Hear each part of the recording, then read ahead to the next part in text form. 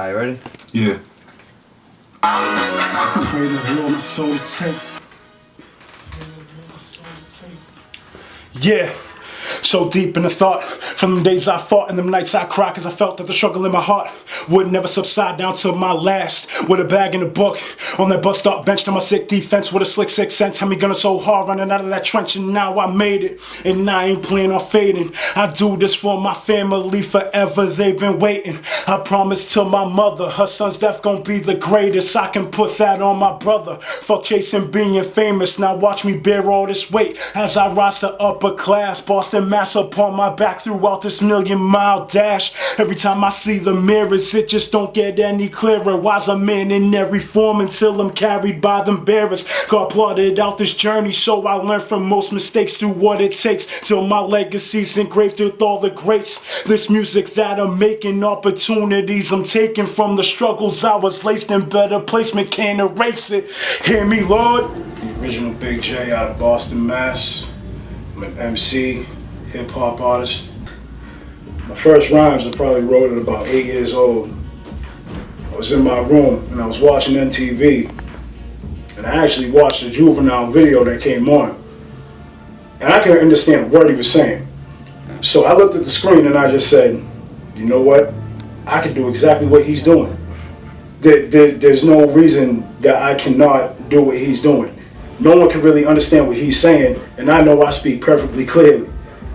So I just started going at it on the page. Music really became a part of my life when I actually indulged into actually recording music. And I started on a karaoke machine. I had to go out, buy a bunch of tapes, switch them over. Every time we recorded a verse, dubbed it on another tape. I had to have gone through thousands of tapes just on a karaoke machine. But hey, you gotta start somewhere. I've always expressed myself through music because it was what I was most comfortable with. Growing up, I always loved to draw as well. I was never as creative with anything else than I am with music. Whether it comes to making a beat, audio engineering, actually doing a song, writing the whole thing out, recording it, it all flowed so perfectly more than anything else.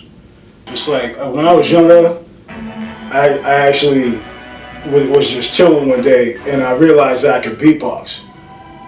And I just always beatboxed throughout the years for all my friends that rap as well.